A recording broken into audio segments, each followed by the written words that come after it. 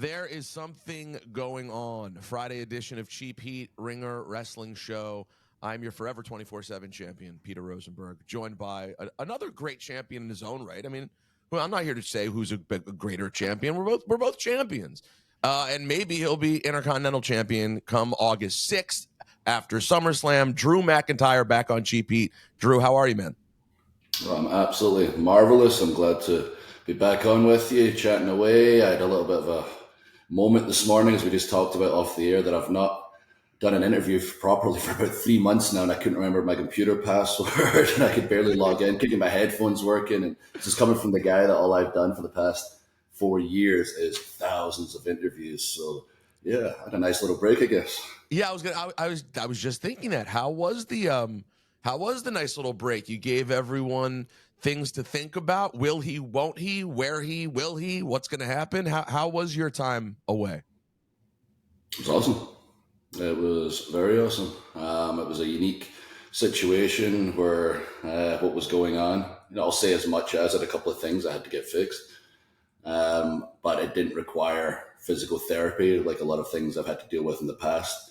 So I was able to enjoy my time and spend time with the family and the cats and get some projects taken care of outside of the ring. And, sometimes stepping away and getting, a view outside the bubble is sometimes very helpful for where you want to go as a person and with your career. That I'd learned the hard way when I was younger, getting fired, and I had to step outside the bubble and get perspective again. And this opportunity allowed me to see things a little clearer and allowed people to talk a lot on the internet. And I saw the headlines, all the rumors, and there was so many out there. I can say some of them were true because I literally must have had about 50 rumors about it. So I won't clarify which ones, but as long as people are talking about you, I guess that's a good thing. Well, that's an interesting point, though. Like, that must have felt, this time away must have felt so vastly different. Not just, of course, from when you were fired, which is obviously light years away, but even different from in years past, if you'd be on the shelf for a little while when your career was in a less certain place. I mean, even though you don't know exactly what you're going to come back to, was there a certain level of calm and relief knowing that whatever you were coming back to, it was going to be just fine?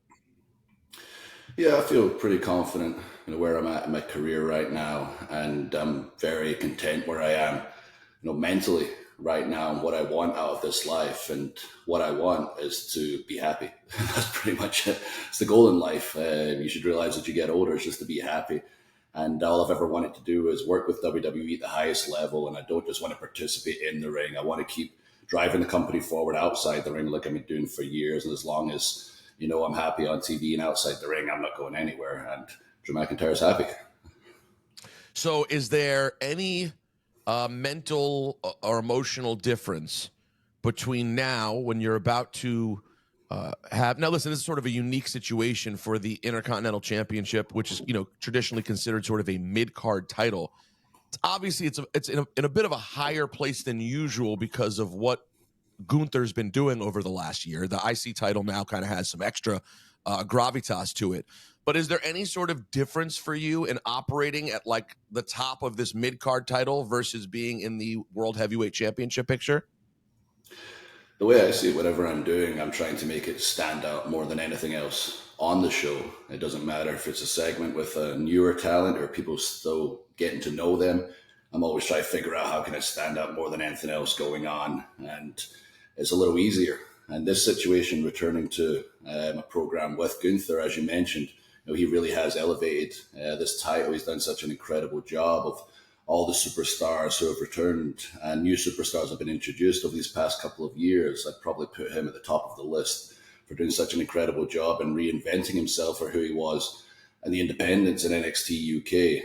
And he should be very proud of himself because he has done an incredible job. But sadly, all good things must come to an end eventually. So Drew McIntyre's back to ruin that party. And I think for our audience, especially our smart audience who be listening to this podcast in particular, Gunther finally has an opponent outside of probably Sheamus, where people are like, oh, he might lose this one. He's probably going to lose this one. But people are questioning it rather than this is just going to be another good Gunther match. We now have a program, a big match where people are like, okay, I want to see these two guys together.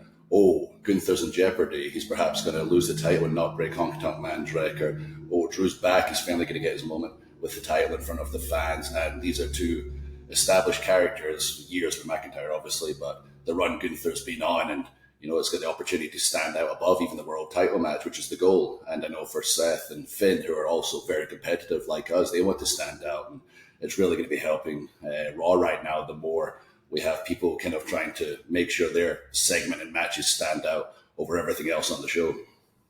Was the return at Money in the Bank in London, was that the most sort of exhilarating big moment in front of a crowd return you've ever had?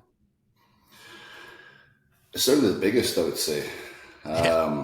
Like returning to ICW in Scotland in 2014, if anyone had the opportunity to see that, it was the first kind of show I showed up on outside of WWE when I was released. Hearing that reaction of 1,500 people in a little Scottish building was pretty crazy and very loud, and it was a significant moment of my career and took me in a whole different direction than 3MB, that's for sure.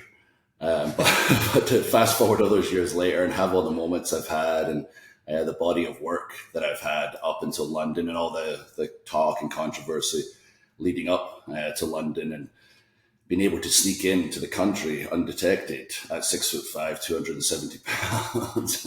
I didn't fly into London, I assure you, and I was like the biggest ninja in the world, sliding around street to street.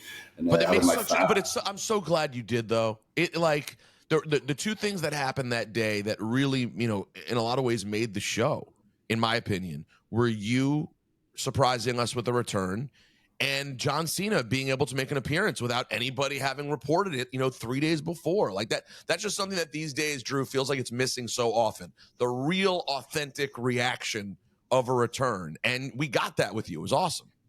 Yeah. And I was very adamant about that happening. And that when it came to those who knew, it was very, very minimal.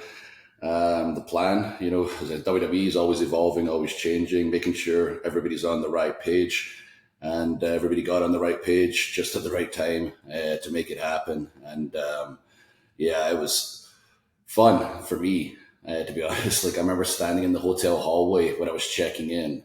I'd made it all the way to the hotel. I was like, I've done it. I'm finally here. Give me that room key. It's like, sorry, your hotel room's not going to be ready for another 10 minutes. Ready for 10 minutes. I said, sir, please, I need that key. And thankfully, the gentleman behind the desk, I guess wasn't a wrestling fan, or my clever hat and hoodie disguise was working. And as we're talking, I could just hear people behind me talking about Money in the Bank and their excitement. And I glance around and I literally see a few full-grown men with their Money in the Bank briefcases and titles. And no, I'm always excited to see our fans, but this is not the time I want to be seeing our fans. And there was a sign that said private, like only for the staff. I just burst right through it like a maniac, called the guy at the desk and said, get back here, and kind of cut a promo on him for a second. I'm not saying I'm here for this particular reason, but you need to give, I felt like a bad guy and I never apologized. Maybe I should call him, but I cut a promo on him, told him I flew across the road. I need that key now. He got me that key and took me the back way to my room. And aside my family visiting, I lived in that room for about a day and a half. Oh, that is so cool. I'm so glad that you were, in spite of you having to cut a promo on the poor guy at the hotel, I'm still glad it worked out. I should probably call him. I don't like being mean. Well, if I have to be, you push me. I love being mean, but no, it wasn't his fault. It was just the situation exacerbated things. I'm pulling up this after you mentioned it. I wanted to see it, so I'm looking up your return to ICW. Oh yeah, it's a play on what was it? When the Ultimate Warrior returned to save Hulk Hogan from Papa Shango, I believe it was a play on when they're holding my buddy Jack Jester, and the line is from I think Jesse maybe on commentary, Jesse Ventura, like does have a friend in the world, and then the Warriors music hit, and it's like you don't have a friend left in this one. The lights go out, come up. I was there, and in my mind I was like, I wonder how they're going to react. I've been gone for a few years, and I'm no former Intercontinental Champion, did a few cool things, but things were going too well for a couple of years. As much as I enjoyed 3MB, I wasn't exactly setting the world on fire. Perhaps my home country wasn't so proud of what I've been doing, so I was a little nervous about how they'd react when the lights. Let me see if you're able. Let me see if you're able to hear this. Tell me if you can hear this. Hold on, because I can hear it. Can you hear that? I can't, but I've seen it so many times. Okay, I'm hearing so times. But like watching it is. This was 3 weeks after I was fired. And I believe a lot of the response online was, wow, he's like a different man. He's really, evolved and changed himself and, found himself. And I had to point out, I've been the same guy. It's been 3 weeks. It's just interesting. You're presented with a certain role that you have to fulfill when you know you have something extra in you and you're not getting the chance to show it. And when you finally get the chance to show it, but at the same time, it's, I believe I can do this, but can I really pull it off? Even I've got this self-belief. But the thing for me is, as long as you get the chance to do it and you fail, at least you fail doing what you believe you're capable of and you succeed, then everybody wins. Are you ever able, do you think that you will ever be able to fully like shed, not that you want to, I don't even know that you'd want to, but do you think mentally you ever shed the experience you had of being fired? Or is that like always sort of built into the way you carry yourself to this day, as you're the guy who lost it all and got it back in a bigger way than ever? I don't want to shed it. I don't want to forget it. It's such a big part of not just who I am as a wrestler and entertainer. It's a massive part of who I am as a man. Without that happening, I don't believe I would have reached the heights I've reached in my profession. I don't believe I would operate the way I operate mentally and see the bigger picture. When I was younger, I would just get angry all the time and complain all the time and not try and keep that perspective of this is what I always wanted to do. And, there's ups and downs and peaks and valleys in this industry, in every industry. You've just got to be able to ride the downs, keep working hard, because eventually you'll get back to those peaks. And during that period outside the company, I was able to find my voice, like on the microphone. I was able to find who I am in the ring, what kind of style I want to bring. I was able to represent so many different companies as the top guy. And I've always said, if you can be the head guy, the top guy in companies outside of WWE and represent them in the way they need to be represented, you can do it in WWE. And I did it for, I can tell you how many companies, over 10 companies. I was probably champion specifically with ICW, Evolve, Impact Wrestling. And I was able to be the guy in all these places and learn, how to be the man there and how to drive the business forward. And I had a bad injury in 2016. I talk about in my book, A Chosen Destiny, My Chosen Destiny, available now, where it's the first time off I've ever had in my life. So I was signed straight from university, came straight to America. Never had any time to slow down ever. Was always told where to be at school and college. Was always told where to be by WWE. This was the first time that I kind of slowed down, but I didn't slow down when I got fired. I started hitting the ground running again as fast as I could, the craziest schedule that I've ever had in my life. When I broke my neck, I was out for, luckily 10 weeks. It was only the bones that were broken. A non-displaced fracture, thank goodness. But I was able to have, a serious conversation with the missus, and she pointed out, like, hey, you're going to crash and burn eventually if you keep this up. So, what do you mean? I'm the biggest wrestler outside of WWE. That was the goal. And it happened so quickly, thanks to people believing in me and giving me the platform to show what I can truly do. I said, no, you're going out all the time. You're burning the candle, not just at both ends. You're burning the candle at both ends and lighting the candle on fire. You're going out all the time and you're excusing it as you're seeing your buddies you've not seen for a while in the UK. And that's just what you do in this business or whatever. But, you're going to come crashing down and eventually I'm going to leave your arse. So, when people have those kind of conversations with you, you can listen and change, but really you're only going to do it for so long if you don't want to do it for yourself. And, I realized, what, you're right. I need to eliminate the last negatives I've got going on, and I'm a little bit out of control outside of the ring. So I had a hard look at myself. I looked at my body and goes, okay, maybe this is the last weakness here. I'm in shape and better shape than a lot of people, but no, you're not competing against other people. You're competing against you. Was the biggest match you could have right now. WWE, Brock Lesnar, the biggest attraction at the time. And even right now, it could be argued. I said, okay, look at the size of him. I stood in front of him right now. I don't believe I can fight that man. Absolutely not. Got to fix that. Who's working with him? Paul Heyman. Ooh, could I go one-on-one Paul Heyman in the mic right now? Could be argued nobody could ever, but no, I got to improve that game. Let's up the amount of interviews. Let's up the amount of mic time on shows. Let's just start taking the mic. Where can I improve upon? And from there, I changed my diet. I started working even harder. I saw the massive difference almost overnight. Just diet really is 70% of it. I'd heard it for years. I'd never done it. I just worked out my whole life and ate just whenever I felt like eating. Turns out diet's such a massive part. I gained all this weight. My body changed dramatically. I got so much more comfortable in the microphone. I was back in WWE within a few months. If you fast forward to when I won the Royal Rumble, I came backstage. I've told this story before. Ricochet pointed at the screen and said, "Oh, that's pretty cool."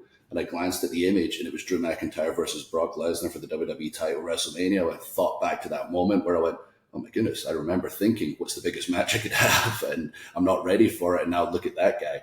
standing in front of that guy. When I went face to face with Brock and I looked down on him, people went, "Ooh, he could beat up Brock Lesnar," and that was the goal.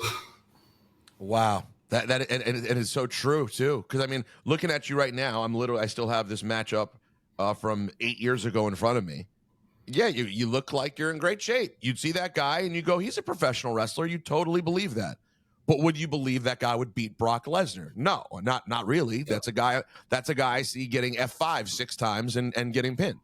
And the version of you that we have now is realistically able to beat anyone. But the biggest takeaway I had from the story you just told was what your wife said to you. I mean, that sounds like she really gave you a real blessing in that conversation. And it's not always a conversation people in this business have gotten, or in life generally. The conversation they get is, it's too late and they're leaving. And instead, she gave you the real, hey, I'm going to give you a chance to get this right here. I mean, that must be something you're sort of eternally grateful for, huh? 100%. Without her, there's no Drew McIntyre where I'm at right now. She's such an important part of my journey, important part of who I am today, and has put up with a lot.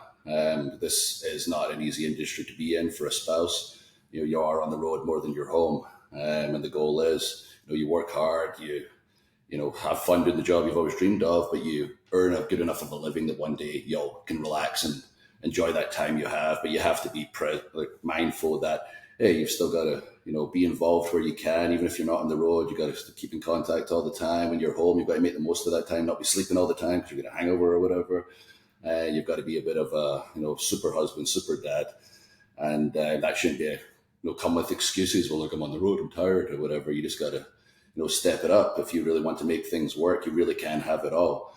You just sometimes need somebody to give you a kick in the arse, and she's always there to give me a kick in the arse. And if my feet ever get off the ground slightly, or my head gets a little big, people are putting me over a little bit too much, she'll pull me right back down to earth and maybe put my feet a little bit under the ground just to make sure. And that's what you need in this industry and in life.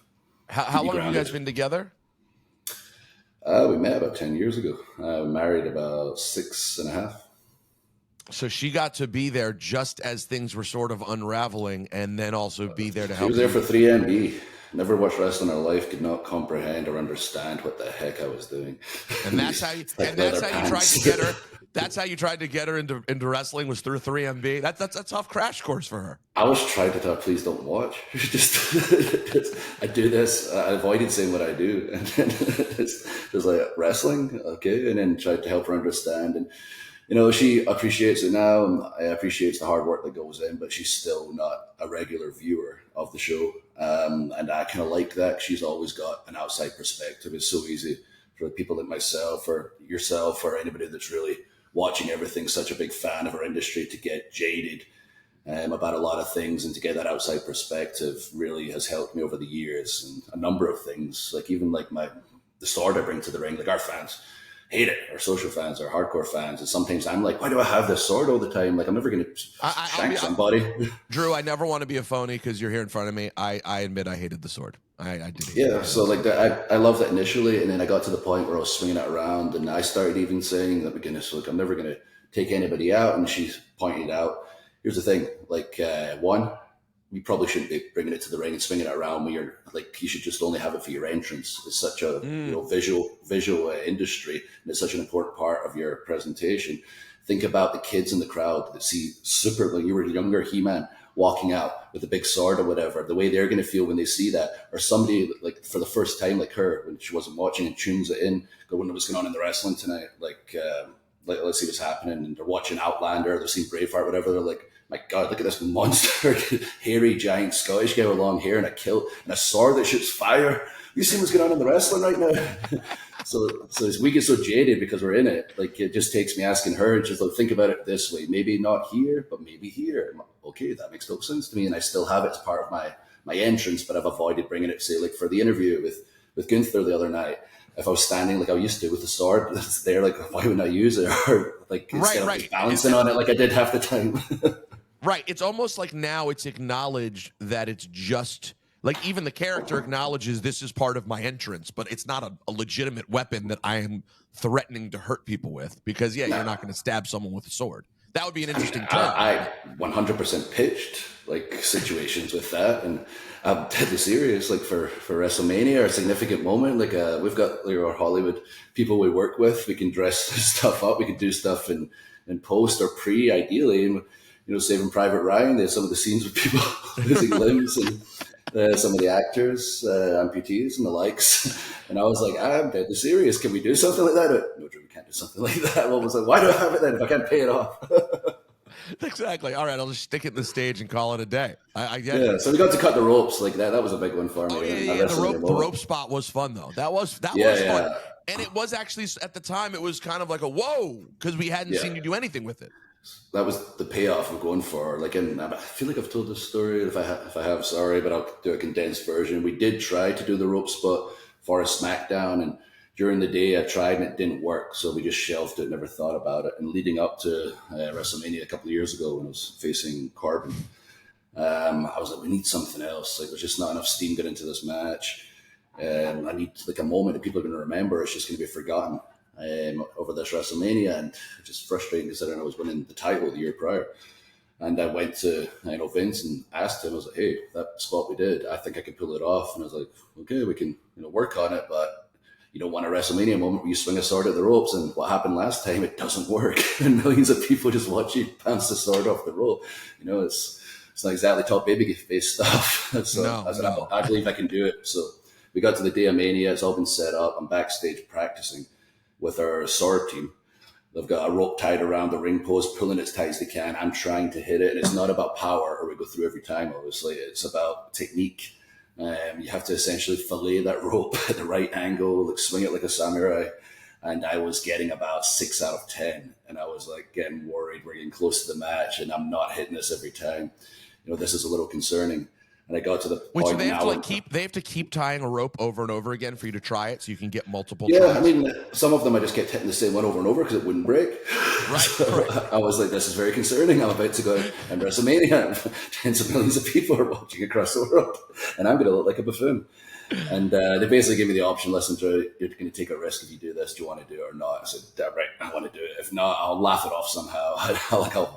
It has to work. It will work. And Madcap was great. I did it in a way that I wasn't running and swinging it. It was as controlled as possible. He got out of the way at the last second to give me the perfect positioning for the best chance of success.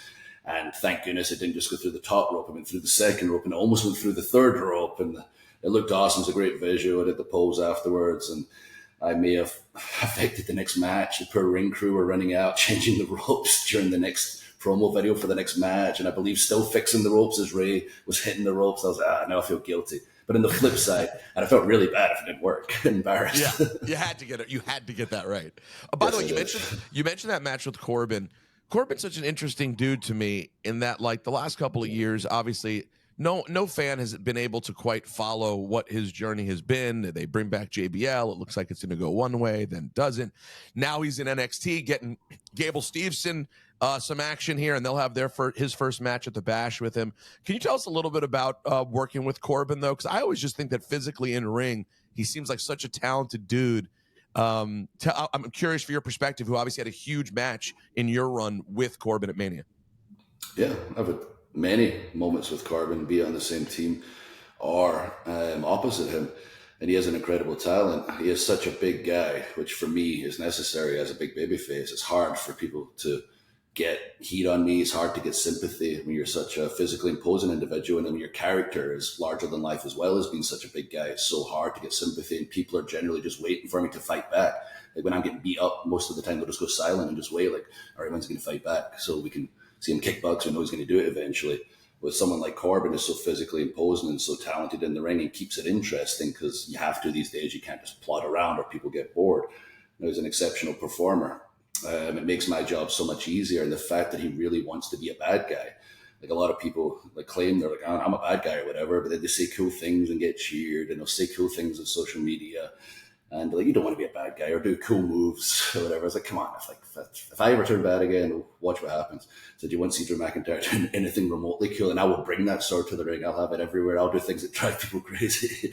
Right. Like I will be a bad guy, but Corbin truly wants to be that bad guy. And there was a period where I just asking, can I work with him in all the live events? Because when he walked out, just the reactions were like Dominic right now.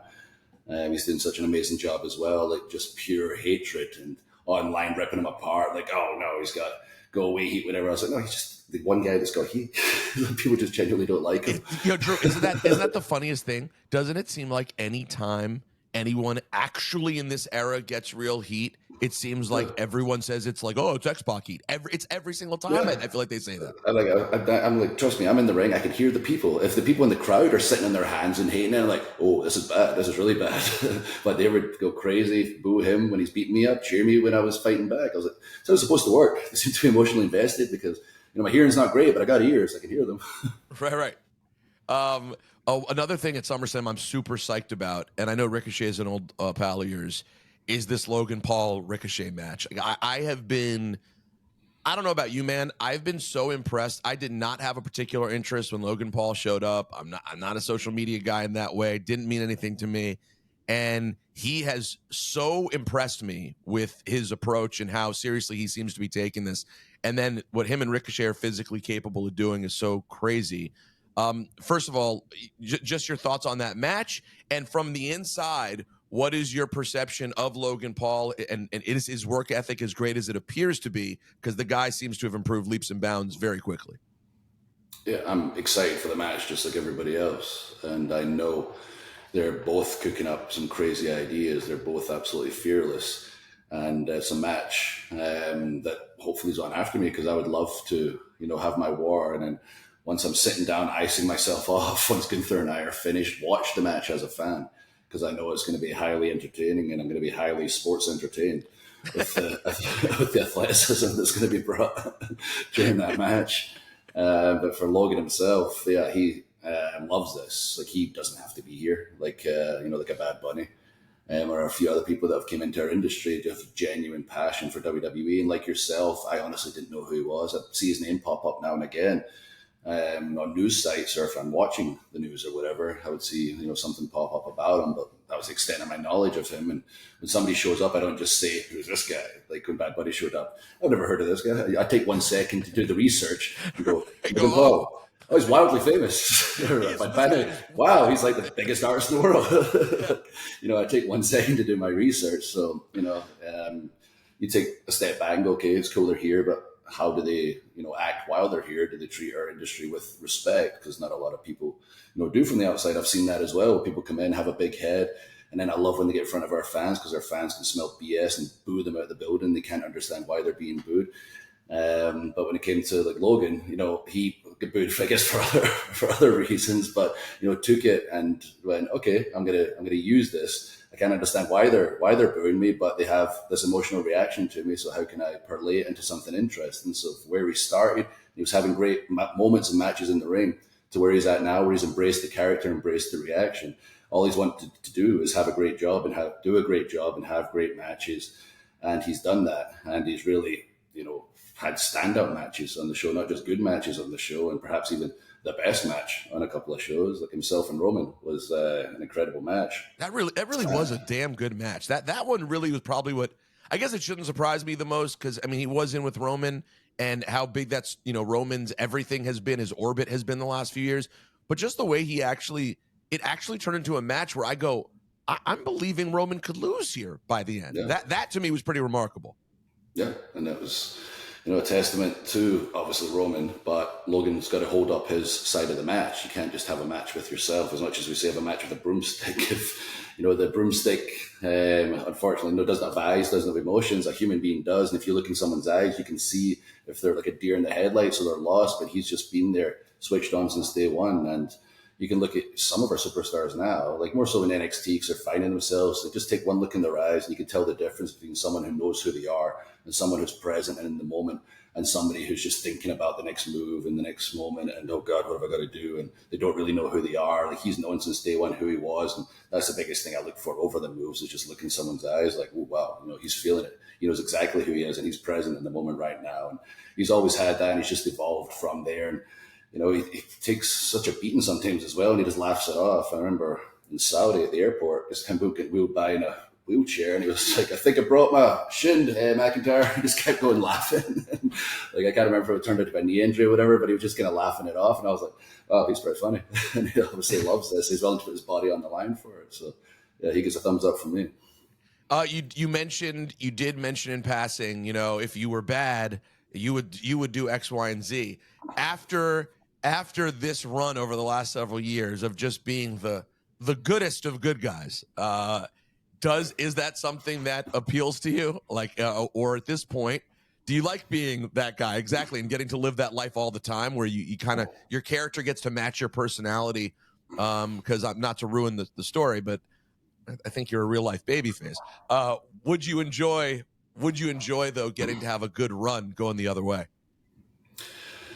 I'm very open to whatever the best story is and whatever is going to be the most entertaining for our fans and for myself. Like, I have to be creatively fulfilled as well. And I did feel that there was a period where, McIntyre, didn't quite have the moments and stories that he needed to stay in a prominent position, and perhaps slipped a little. And if timing wise, it's never a good time to need to disappear for a minute, but I think when I disappeared, it was an ideal time. I wanted to make that match at Mania, the triple threat match, and I wanted it to be as good as possible. And it turned out to be a match that hopefully people will be talking about for years, and one of my favorite matches I've ever had. But that break, a real break in the controversy, I could hear the difference when I came back. And I want to make sure going forward that we keep the character exactly where he needs to be, not just for my benefit, but, for the company's benefit. And it's awesome. We have so many other characters on fire right now. Things are just so hot in this industry right now, specifically with WWE. Business is great. Characters are pushing forward, and I want to make sure, I'm one of the ones that stay towards the top of the card. And as much as I, enjoy being a good guy and take pride in everything that I do outside of the ring, community work and the likes, and how I treat people, and my dad's very proud of that. If anyone saw any of my stuff from outside the company when I was a bad guy, everybody has that side of their personality, and that aggressive side of Drew McIntyre that you see in the ring sometimes, that's in Drew Galloway as well. And if I get the opportunity to showcase that, if it's the right story and the right situation, then I'd be happy to do it. But if I do it, I go all in on everything. So people be aware, if you ever see me walking down the street, it wouldn't be the same Drew. I love to hear that. Nothing makes me happier. Drew, thank you for this. Thank you for the time. We look forward to SummerSlam, August 5th, Detroit, the Intercontinental Championship, Gunther and Drew McIntyre. Thanks for joining us on Cheap Heat, bud. Thank you, brother. As always, I'll see you probably at SummerSlam. I'll see you in Detroit, buddy. All right. Brian, do you need Drew to hang on for 1 second?